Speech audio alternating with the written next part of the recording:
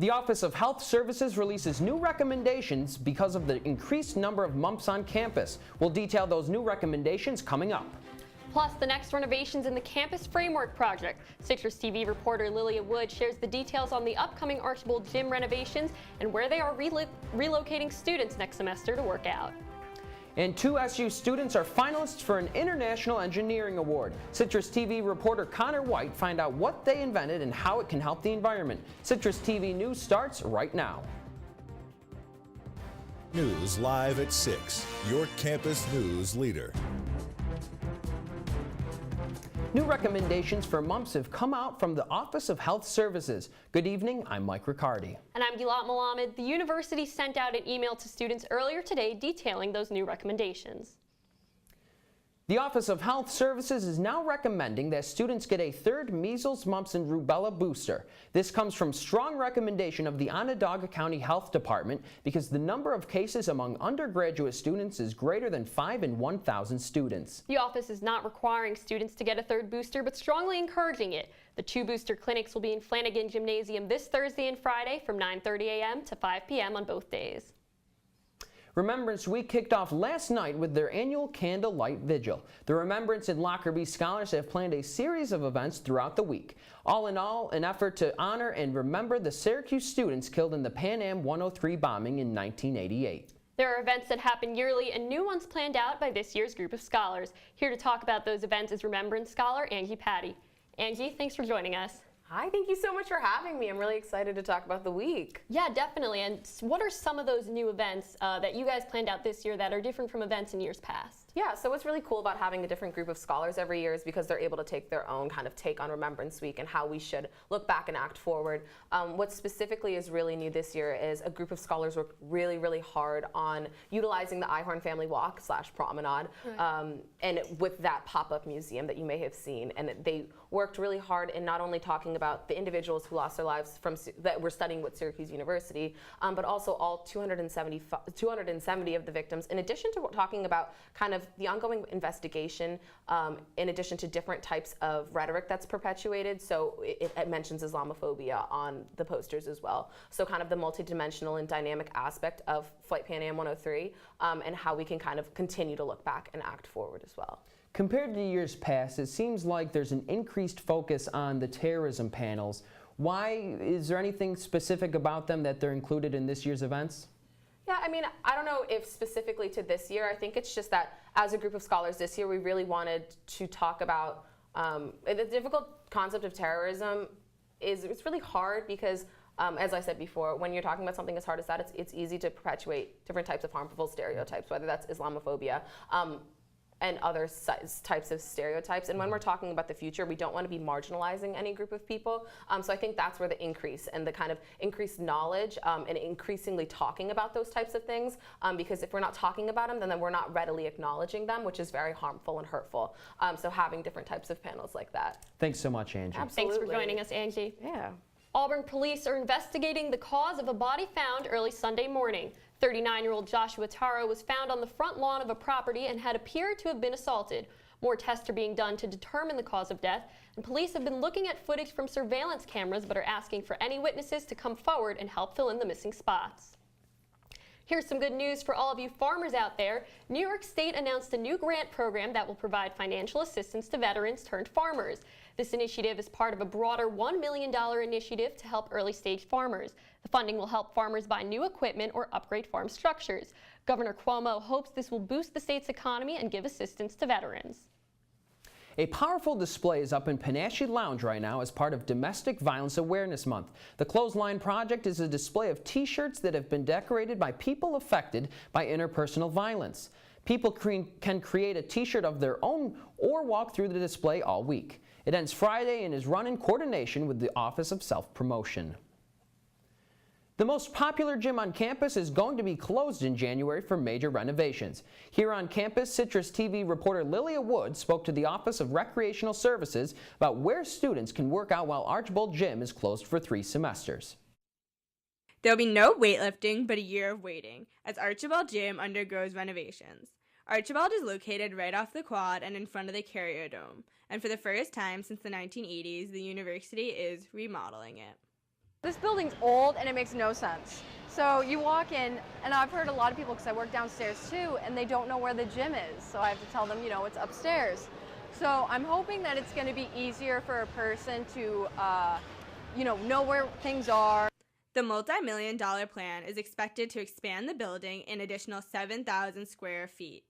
The completely air-conditioned facility will host a new pool, more basketball courts, a multi-activity court, a rock wall, and an elevated running track. And you expect to see classroom buildings and that sort of thing. It's the extra things that you see that might, have you decide to come here instead of going to Ohio State or Michigan or something like that. The renovations are going to begin next semester, and Archbold plans to reopen by fall 2019. This leaves students in a pinch for 3 semesters without the ability to work out in the biggest gym on campus. Students here at the Archbold Gym are enjoying the facilities while they're still opened. All the machines and the weights will be moved across campus by next semester. Students can still work out at all the other gyms, including Ernie Davis and the Marshall Square Mall. Swimmers can use the pool at the women's building, and other students can continue to play basketball and racquetball at the Flanagan Gym.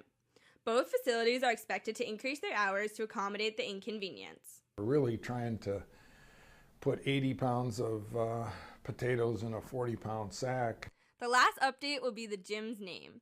The chancellor says it will reopen as The Arch. Lilia Wood, CitrusTV News. Thanks, Lilia. An independent film production will be filming on campus tomorrow, according to the Department of Public Services. Areas on campus will be shut down to pedestrian traffic because of it, including the Einhorn family walk from Newhouse to Byrd Library, the stairs leading up to the place of remembrance, and the front doors of the Hall of Languages. Vehicles will also be parked on the Einhorn family walk during filming. Over the summer, Syracuse University students took part in a 6-week program called Invent at SU. This program challenged participants to develop an invention that would address a problem of their choosing. 2 members of the program are finalists for the James Dyson Award, which is an international prize awarded to young engineers from all over the world. CitrusTV reporter Conor Wight spoke to the inventors of Fiber Free about their project and where they go from here. Microfibers. They're tiny pieces of plastic that exist within many types of clothing and are often taken out of your shirts, jeans, and other items in the washing machine. Once they leave the laundromat and enter bodies of water, they can do extensive environmental harm. 2 SU students have an invention that they believe can help combat the problem. The invention is designed to minimize the negative impacts that you can be doing to the environment while doing your laundry. Serena Omalai and Charles Kepler, undergrads from the College of Engineering and Computer Science, invented Fiber Free over the summer. Here's how it works. Pretty simple process. So you have Fiber Free, it's a ball. It's a laundry ball, so it follows your clothes into the washing machine. Then throughout the wash cycle, the water, which has your microfibers suspended in it, flows through Fiber Free. The filter on the inside tangles the fibers inside it and essentially traps them. And then the ball itself continues with your clothes into the dryer, where it acts as a dryer ball. It reduces drying time, increases air circulation, helps fluff your clothes. Omalai and Kepler decided to tackle microfiber pollution when they realized the issue wasn't receiving the attention it needed in order to be resolved. We kind of thought of this idea through an article we read talking about the dangers caused by microfiber pollution, and we thought, okay, this is a problem that we can actually resolve. Settled on microfiber pollution because we found it was an issue that we didn't think was properly addressed. The future seems bright. The invention is a finalist for the James Dyson Award, meaning it has reached the top 20 inventions out of hundreds of initial applicants. It's such a huge honor. Yeah. Truly. The winner of the award will be announced later this week. Conor Wight, CitrusTV News. Well, I know last week's temperature of 50 I said was perfect, but today's high of 60s were pretty good. Love the Larry David reference. It was pretty good temperatures today, but are these good temperatures going to stay for the rest of the week? CitrusTV weather reporter Jessica Torricelli is in studio to give us the answer. Yes, that weather was really great today. Highs in the 70s and pretty sunny for most of the day. Tonight we'll be seeing a little bit of rain, but mostly pretty great weather for the rest of the day. Now tomorrow we're going to be seeing cooler temperatures. The jet stream is moving down towards the south, bringing a lot cooler temperatures, and I'll tell you just what those cold temperatures will be in my full weather forecast. Coming up, a former president's assassination documents will soon be revealed. We'll tell you why the White House is deciding to release the documents now.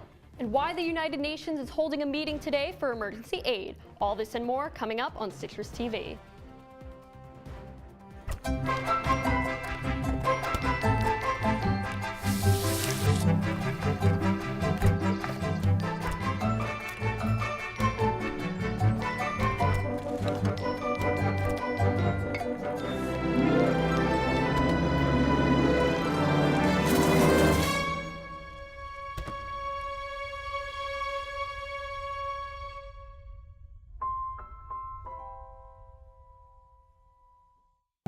They told me a bottle couldn't dream.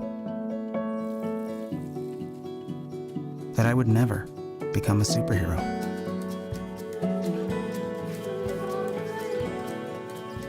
But I learned how to fly. Just to come back in a new disguise. And be the hero that I've always wanted to be.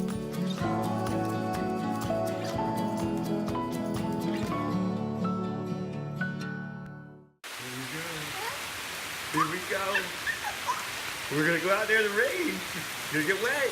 All right, here we go.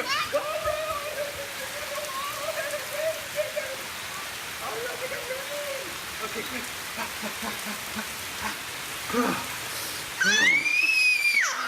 Oh yeah, yes.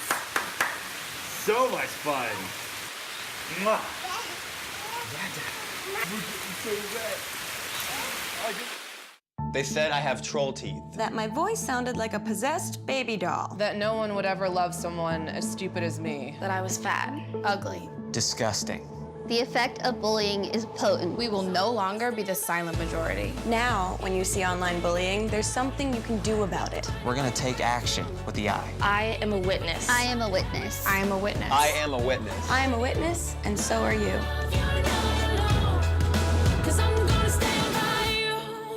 You're watching Citrus TV News with Rebecca Castor, Josh Rosenblatt, and David Edelstein with weather. Citrus TV News continues now. Top secret information about the assassination of John F. Kennedy will soon be revealed. President Trump announced that he will declassify thousands of documents about the assassination.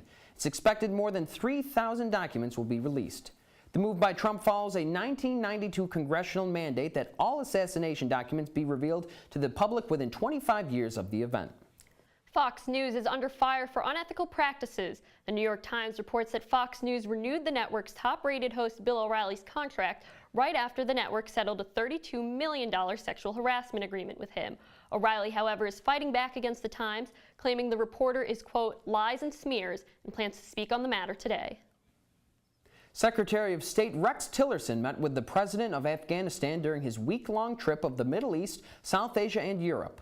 The purpose of the trip is to reconcile peace and avoid nation building in the war-stricken area. Over the weekend, the capital city of Afghanistan, Kabul, experienced 2 suicide bombings that killed over 75 people. President Trump's strategy is to put more troops in the Middle Eastern country to empower Afghans to fight their own battles. The United Nations is meeting today to gather support to fund a $434 million emergency response to the Rohingya refugee crisis. Since late August, nearly 600,000 people have fled Myanmar and crossed the border into Bangladesh. This response package will allow the UN to give Rohingyan refugees food, clean water, and shelter, and aims to prevent the spread of disease in refugee camps. Super Typhoon Lan tore across Japan this weekend. Lan is equivalent to a Category 4 hurricane. Japan has reported 3 deaths as a result of Lan, as well as widespread power outages and canceled flights. The typhoon did not seem to affect parliamentary elections that occurred over the weekend. Total voter turnout was 53%, up 1% from Japan's most recent election. Prime Minister Shinzo Abe kept his job in a landslide victory. The World Health Organization has rescinded its appointment of a goodwill ambassador after major criticism. Zimbabwe President Robert Mugabe was originally appointed in order to engage more world leaders in the fight against disease. However, public officials question the move since the 93-year-old Mugabe, who is one of the longest-serving leaders in the world, has a history of repressing democratic freedoms. The WHO put out a statement saying it listened carefully to concerns and feels this decision is in the best interest of the organization. from the Citrus TV Weather Center. This is SU's most accurate weather forecast. So like we mentioned earlier, the temperatures are getting a little cooler tomorrow because the jet stream is moving south, and you can see some of these high temperatures for the day tomorrow getting into the 40s and 50s. Still 60s and 70s in New York though, but we do have a wind advisory. Today was pretty windy. That wind advisory goes until 8 a.m. tomorrow, meaning you should probably be prepared for some windy temperatures. Put the hair up. It's going to be a windy day. And then current temperatures today right now, 70s and 60s, pretty nice. It was pretty sunny today for most of the day. Tomorrow though, going to be quite different. It's going to rain most of the morning, so bring a umbrella or rain jacket for your class in the morning. It'll get nicer throughout the day, partly cloudy skies for most of the day, and then at noon you can see 65, 6 p.m., 65 again, so doesn't change in temperature too much of the day. But I would say throughout the rest of the week, getting better and less rain, partly cloudy, and then on Friday we have a lovely day, sunny, completely sunny, partly cloudy on Saturday. Temperatures in the 60s and 50s, looking pretty nice for the week, especially if you're really into golfing. All right, and Jess, is that rain going to continue after the morning and stick around all day, or is it just a morning thing? For most of the day, I mean about till 1 or 2, and then 2 to 6 we'll see a lot of sun tomorrow, but only for a few hours, so pretty much a wash. Thanks, Jess. Hopefully I'll be able to get an 18. I hope. Fingers crossed. Coming up, what just sold at auction that broke a record over 100 years after it was written? And the performer for the Super Bowl halftime show has been announced. Who it is and why it's already causing controversy. Don't change that channel. We'll be right back. Here's your check.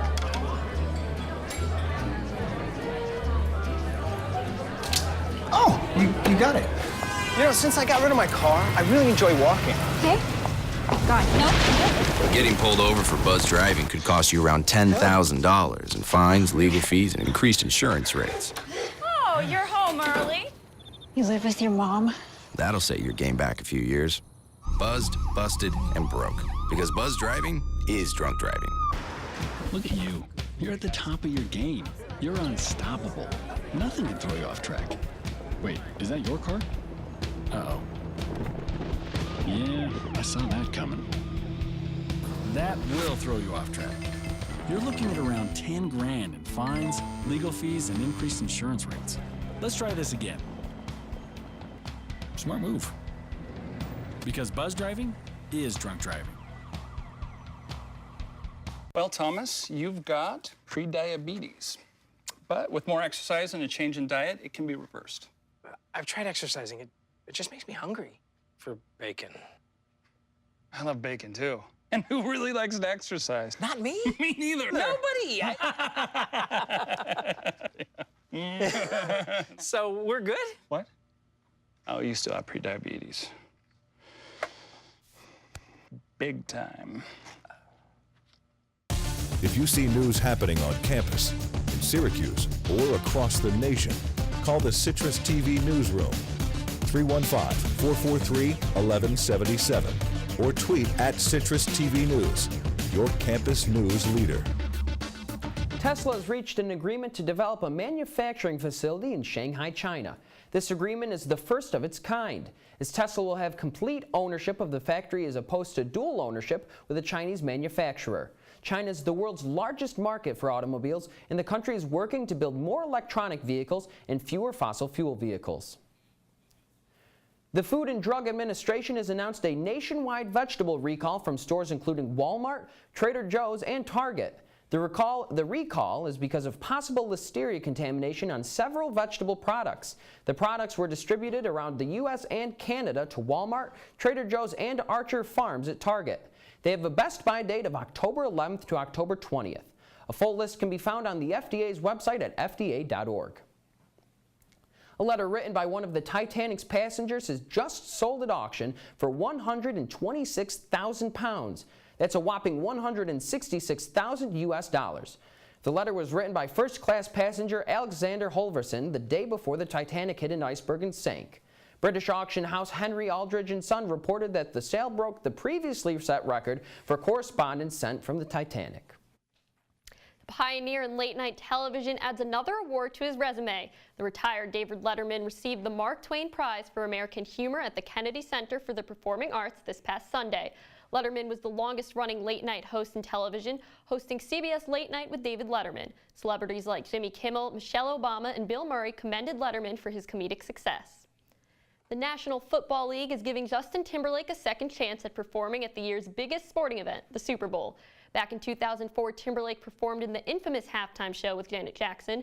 The Grammy winner has already received backlash. Critics are saying this is a clear sign of pop culture hypocrisy, as Janet Jackson has been banned from halftime performances, but Timberlake has not. Timberlake made the announcement on his Twitter last night.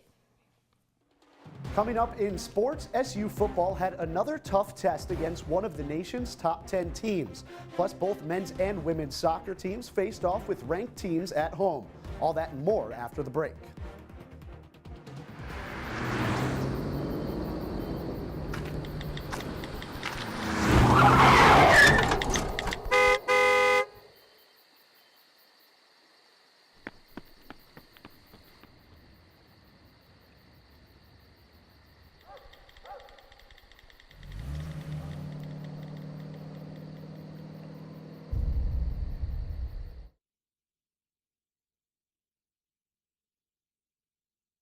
Adventure can be found anywhere, but the best place to start is in the forest. I spy something beginning with S. Snow? No. Snow-covered trees? Nothing to do with snow. Head outside to discover incredible animals and beautiful plants that come together to create an unforgettable adventure. Wow. So grab your loved ones. Don't even. And explore a world of possibilities. Come on, this way. Visit discovertheforest.org to find the closest forest or park to you. Your daughter just had her first breakup. Do you A, put yourself in her shoes? B, console her? Don't worry, sweetie. This is gonna happen a lot. Or C, find her a new boyfriend? Nice, single boys. That was weird. As a parent, there are no perfect answers. But you don't have to be perfect to be a perfect parent. Thousands of teens in foster care will love you just the same. Come on, it's not that hard. My big man fingers are having a problem with these little tiny buttons. Whoa, watch it there. Your blood pressure's gonna go through the roof. Tell me about it. I'm trying to learn how to get it down. Instead, it keeps going up. High blood pressure can increase the risk for heart attack or stroke. Learn how to keep yours at a healthy range. Ever hear a voice command? Just say text barbershop to 97779. That's not what I said. Just give me that. Now my blood pressure's up.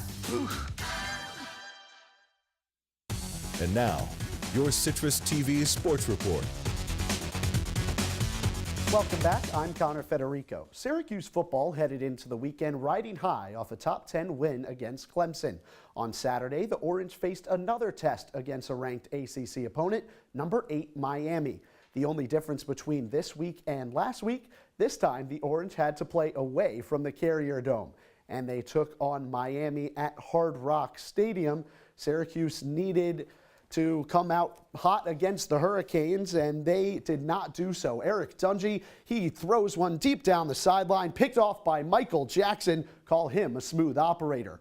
Later on that drive, it's a touchdown from Malik Rozier to Christopher Herndon, 10-0 Miami. Now before the half, 13-3, Cole Murphy kicks a 40-yard field goal right through the uprights. And then here in the second half, Jeff Thomas, he makes a big catch. The ball from Malik Rozier, and Miami, they are controlling in this game. SU responds on the next drive. Mo Neal, the sophomore, he gets a burst of speed, a 15-yard touchdown, 20-13 Miami. Now Cole Murphy on for a career-long 53-yarder. He got it. Big kick there for the senior, 2019 Miami. Now the ball gets a handoff to Travis Homer. He says see ya to Syracuse's chances, a 33-yard touchdown run, and Syracuse dropped this one 27-19. Now on to men's soccer action. The Orange team has lost all of its matches this season by 1 goal. Syracuse is also winless in ACC play this season. SU hoped to find its first conference win this Saturday night when Syracuse hosted 7th-ranked Clemson at SU Soccer Stadium. And it was senior night for the Orange. They looked to get things going against the 7th best team in the country. Here is Tajon Buchanan. He lifts a cross into the box, finished beautifully by Johannes Peels. That's his 5th goal of the season, put Syracuse up 1-0 early. Now some fancy footwork for Buchanan again. His cross misses everyone in the box. Syracuse still up 1-0. Now 75th minute, Kimarni Smith with a shake and bake. He gets a deflection from his teammate Diego Campos. Tie game 1-1. Moving on to the 80th minute, just a couple moments later, here's Oliver Shannon with the speed, and he gets it right past Hendrik Hilpert. Syracuse loses again, this time 2-1. And moving on to the women's soccer side, the Orange has failed to qualify for the ACC tournament. SU suffered a 2-0 loss to 4th-ranked Duke yesterday, ending any chance for the Orange to make its first conference tournament since leaving the Big East in 2012. Syracuse's final game of the season is this Thursday at Virginia Tech. Now moving to the NFL, the Bills are now 3-0 at home this season. LaShawn McCoy and company edged out the Buccaneers 30-27 yesterday afternoon. Buffalo put up 10 points in the game's final 2.5 minutes to push past Tampa Bay. The Bills' defense forced 3 turnovers in the win. Keeping it in the AFC East, the Jets are back to last place in the division. Gang Green fell 31-28 against the Dolphins at Miami's Hard Rock Stadium yesterday. New York blew a 14-point lead in the game's final quarter, allowing a game-winning field goal with less than 30 seconds in regulation. Back in the Meadowlands, the Giants have returned to their losing ways. Big Blue suffered a 24-7 loss at the hands of the Seahawks yesterday. New York kept it close most of the contest, but 2 Seattle touchdowns in the 4th quarter slammed the door shut, guys. Connor, Monday Night Football. My fantasy team needs a big night out of LeGarrette Blount and Chris Thompson. Offensive shootout or defensive battle? It's going to be an offensive shootout, and I'm going to tell you right now, the team from Washington is going to beat the Philadelphia Eagles pretty badly tonight.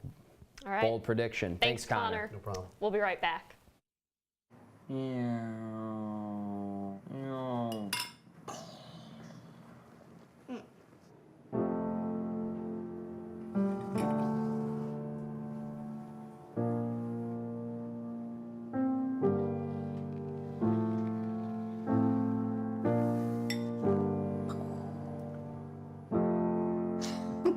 Visit aarp.org/caregiving for information on how to provide even better care for the person who wants to care of you. Look at you. You're at the top of your game. You're unstoppable. Nothing can throw you off track. Wait, is that your car? Uh-oh. Yeah, I saw that coming. That will throw you off track. You're looking at around 10 grand in fines, legal fees, and increased insurance rates. Let's try this again. Smart move.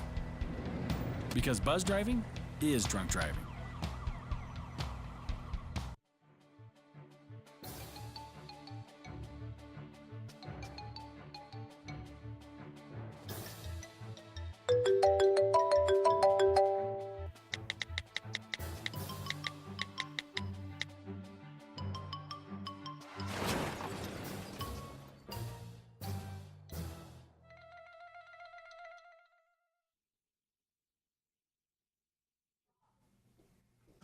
Thanks for coming back, Jess. And what should I wear to class tomorrow? I would say bring a rain jacket or an umbrella. It's going to be a little rainy in the morning and a little windy too in the early morning around 8 or 9 a.m. What about later in the week? Should I continue to bring the umbrella with me? Chances I don't want to get caught. I don't think so. I think it'll be pretty rainless, but a little chillier out, so sweater is definitely the right move. All right. Thanks, Jess. That's all for Citrus TV News Live at 6. Thanks for joining us here. For these stories and more, be sure to check out our website, CitrusTV.com. I'm Mike Riccardi. And I'm Gilat Melamed. Stay tuned for Talking Points at 7:30 for all your political news. Have a great night, Syracuse.